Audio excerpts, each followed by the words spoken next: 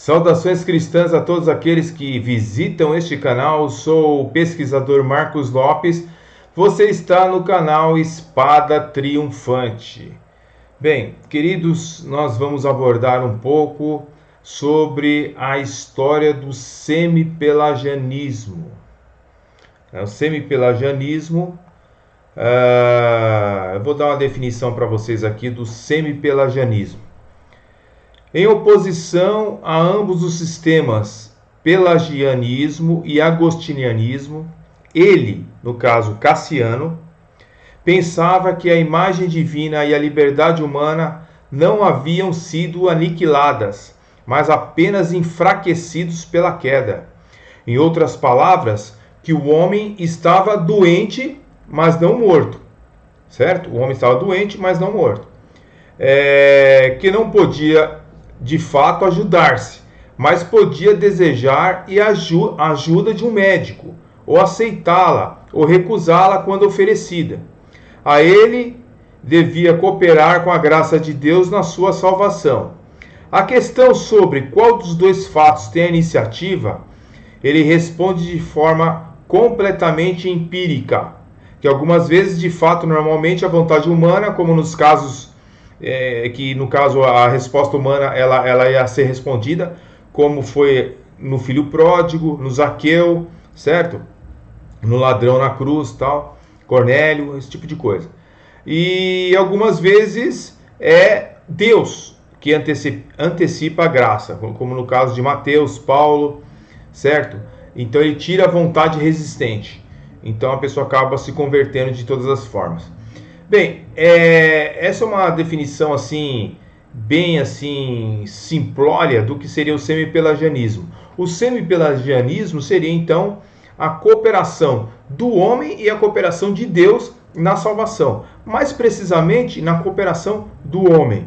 Se nós perguntarmos se o semipelagianismo morreu, nós temos que admitir que não. Se você pegar este livro aqui, livro arminiano, Arminianismo, a Mecânica da Salvação, você vai perceber que há um capítulo aqui chamado A Popularização do Semipelagianismo, certo?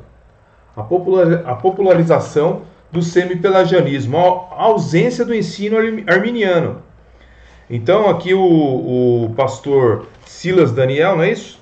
Pastor assembleano, ele mostra que no século XVI e XVIII a principal corrente era o calvinismo, mas somente a partir do século XIX em diante é que o arminianismo, que existia no meio protestante desde os seus primórdios, passou a prevalecer como a principal corrente do protestantismo mundial. Hoje em dia, espousado hoje recebe o nome de arminianismo, e hoje muitos distorcem o verdadeiro arminianismo, e o que se ouve em muitos púlpitos hoje seria mais o semipelagianismo. Portanto, não morreu nunca o semipelagianismo, né?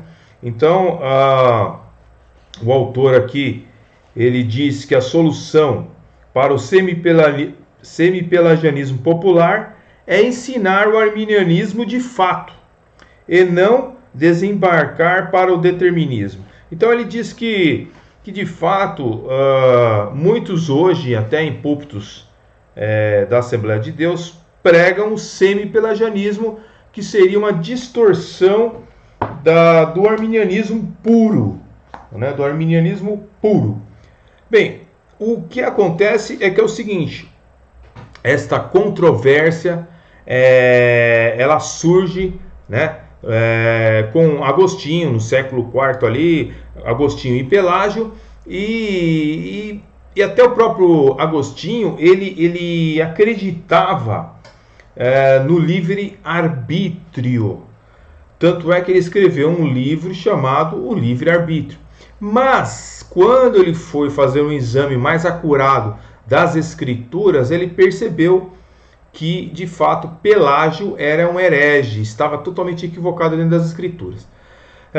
E essa controvérsia, ela veio se expandir, né? Ela veio se expandir naquele período, houve alguns concílios condenaram o semi-pelagianismo, outros não condenaram o semi-pelagianismo, ok? Então, na verdade, o semi-pelagianismo nunca morreu. E a gente tem que ver o seguinte, que a igreja, no caso, a igreja oriental, ela realçava o elemento da liberdade da natureza humana, né? Então, a igreja oriental, ela dava uma ênfase grande à liberdade do homem, né? Ao livre-arbítrio. E em oposição à ideia pagã da sorte e do destino. Então, para negar a sorte e o destino, a igreja oriental ela apelava para o livre-arbítrio. Bem, no próximo vídeo eu vou dar continuidade sobre a história do semi-pelagianismo e por que ele nunca morreu de fato, tá bom? Então deixe seu like, seus comentários, se você desejar se inscrever nesse canal, esteja à vontade. E que Deus abençoe e até o próximo vídeo. Fique na paz.